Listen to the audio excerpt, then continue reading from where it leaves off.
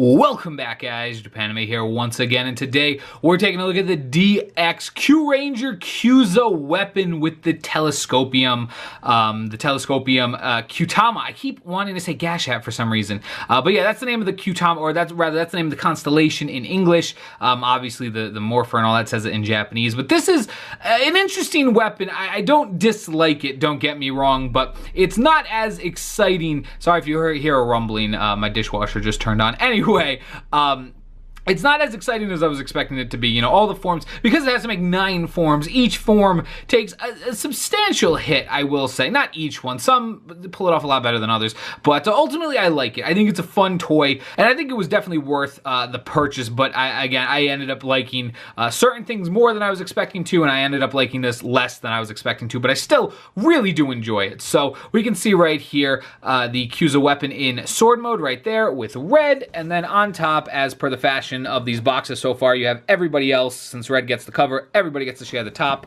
You can see on this side, red, on the back, all the forms that it can make. You can see, once again, the pieces. We have Q Rapier, Q Claw, Q Axe, Q Spear, Q Sword, Q Shot, Q Slasher, Q Sickle, and Q Crossbow. And then again, you can see how you do the finishing attack. And then you can see right there the Red Ranger once again with his sword. So let's set this off to the side and bring in the pieces. So you can see here we have 3 pieces. What is essentially the Q Shot. Then we have this piece, which ends up being the blaster / blade modes for certain forms. And then of course we have the little blade tip right here. Now, this weapon is not, it doesn't function the way I thought it was going to. It's a lot more simplistic than I realized. I thought I was going to be able to read the forms it was in, read the Kyutama, etc., etc. Not the case. It's actually, again, quite simplistic. So what we're going to do is, we're not going to put on any of the sound effects right now. I'm going to very quickly show you guys how to assume each form of the 9 forms, and then I'm going to turn on the sound effects, and we'll go over the sound effects separately from the forms. So right here, Q Shot. Congratulations, we already got one done. So there is there's Pink's weapon. If we take the blade, plug that in, now we have the Q Slasher. So again, just adding this one piece makes it the Q Slasher. And if we bring the little rapier section down, now we have Orange's weapon, the Q Spear. Now if we rotate this around, this is now the Q Sickle, which is of course for Hibitsukai Silver. And I believe that's all we can do with these pieces at the moment. We can now remove, by pressing these 2 little black release tabs on that side and on that side, we can now remove this. And now we have the rapier form, which is obviously green. So again, there is a good chunk of the forms right there.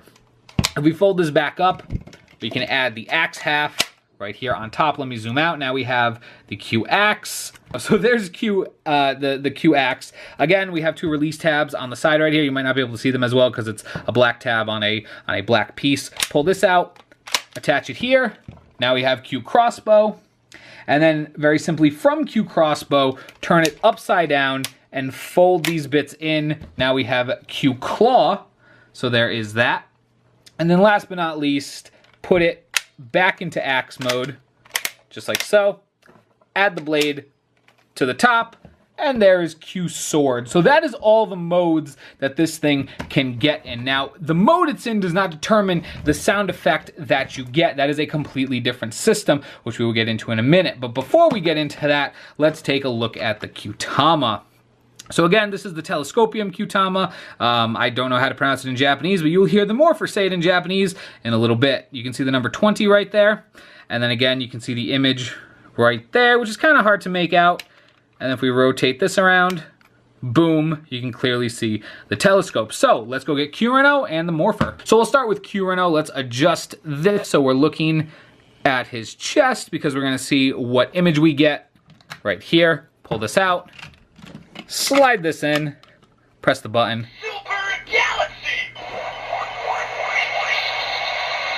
It kind of looks like a Dragon Ball, to be honest. It's supposed to be the effect of looking through the telescope. As you can see right here, you kind of have these like, whoops. There we go. Now it's lit.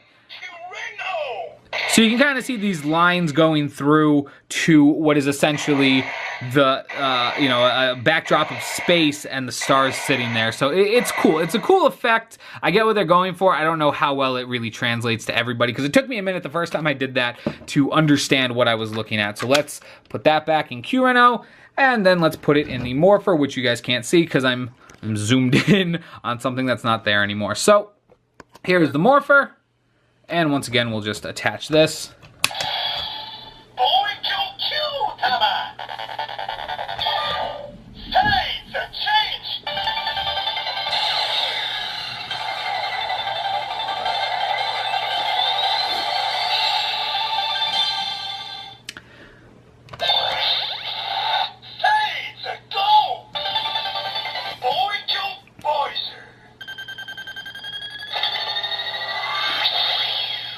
So you admittedly get a new sound effect, as well as, again, it reads the Kyutama before it says Voyager, which is not, again, a surprise. Obviously, there is no Voyager for this Kyutama, but it can read it. And then again, if you go to the finishing attack,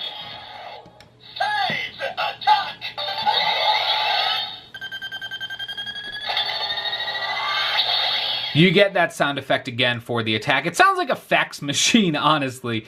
But yeah, so obviously, any other direction you change it. If you've seen my Seiza Blaster review, or anybody Seiza Blaster review, you get all the same generic sound effects for every other positioning. The only unique ones you get is the Voyager and the first attack sound effect. So that's all we'll do just for the sake of time. So we'll pull this out, set this off to the side. So now coming back to the actual weapon itself, for the sake of fitting it in camera shot, we're just going to remove this whole section because this is where all your sound effects are. This is the meat and potatoes of your set. It cannot read Kyutama, like we've already talked about. These two tabs hold any Kyutama in place, and then this button activates the finishing attack sound, because when a Kyutama is placed on, you can see right there, if you watch your, if you watch the black tab, keep your eye on the black tab. I tried to combine those two sentences.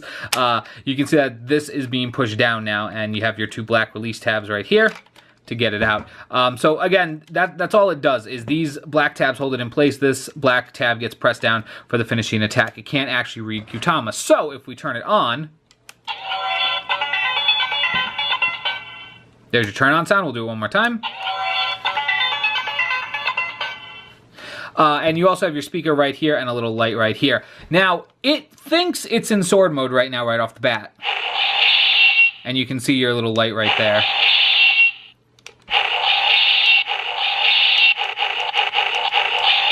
So you keep getting sword effects. You'll notice there are two triggers, but if you watch closely, I'm going to press this one, but keep your eye on this back one. Now vice versa. You'll notice they move down together. The sake of the two triggers are not to give you different sound effects. It's so that way when you're in Q Claw mode or Q Rapier mode, it's more convenient with your trigger finger. So that's all that does. Now, to actually change modes, you hold down the trigger. Q Sword. So it says Q Sword. If we keep pressing, we're going to keep the sword slashes. And again, the light effect is going to continue to stay the star. That would have been cool if that could change, but unfortunately it can't. Now if we hold it down again, Q Spear. now we're in Q Spear mode. So if we press it,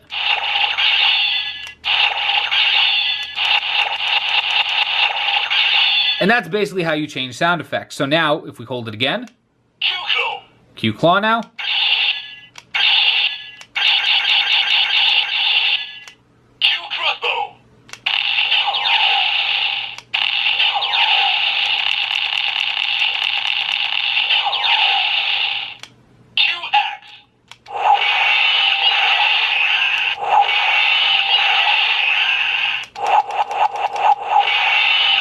So again, as you can see, it doesn't care what's attached and what's not. It can't tell. It's just by holding the button down that it will change mode. So we'll just continue on till we finish through all the Kyurangers. Q Sickle.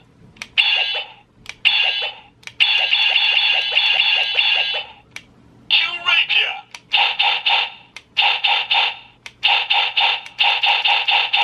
Q Shot. And last but not least, Q Slasher.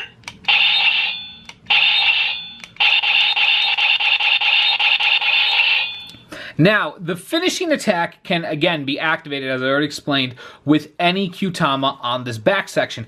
It is also 100% the same no matter what mode you're in. You do not get a unique finishing attack noise for each different weapon configuration, even though, as we've already seen in the first episode, every single Kyuranger has their own unique finishing attack. So, I'll prove that right now.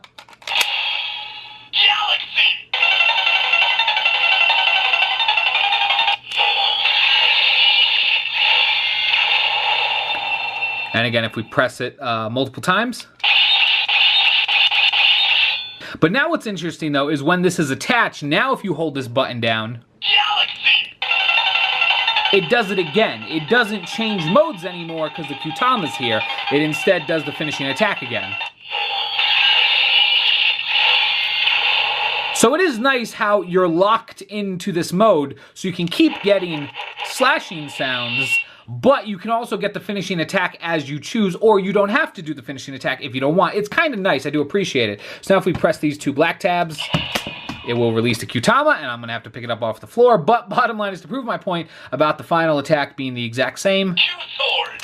Q-spear. We'll go to Q Spear. Actually, let's put this into Q Crossbow mode. Q-crossbow. Because a crossbow should have a different, finishing sound than, say, the Q slasher, which is a bladed weapon. You would think, a ranged weapon and a bladed weapon would have very different sound effects. So just to prove my point, we'll put it in that mode.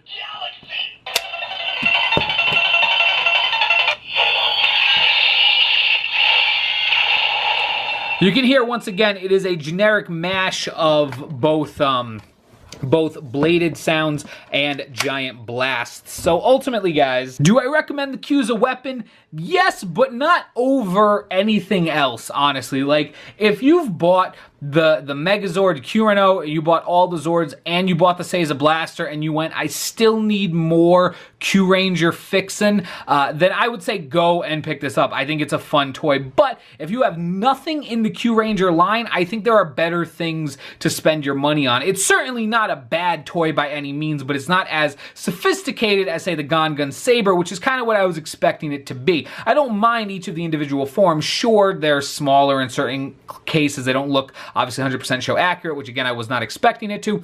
And again, depending on the mode, like Sword mode, I think is great. I think it's easily the winner. Even Q Shot, I don't think is bad because it's the closest to being show accurate. Some modes are disappointing, but even with that, I do enjoy it. But I still, again, cannot recommend it over anything else we've taken a look at this week. I think all the Zords beat this toy out. I think the Morpher beats this toy out. Again, if you bought all of that and you're still looking for more Kyuranger in your life, by all means pick this thing up. But if you have some money burning a hole in your pocket that you want to spend on Kyuranger merchandise, I say go for something else before you pick this up. But that is just my opinion, guys. As always, let me know your thoughts in the comment section down below. Do you like this toy? Do you hate this toy? Anything in between. Again, anything and everything you have to say, leave it down there in the comment section down below. Be sure to like, comment, and subscribe for more, and I will see you guys soon with another video.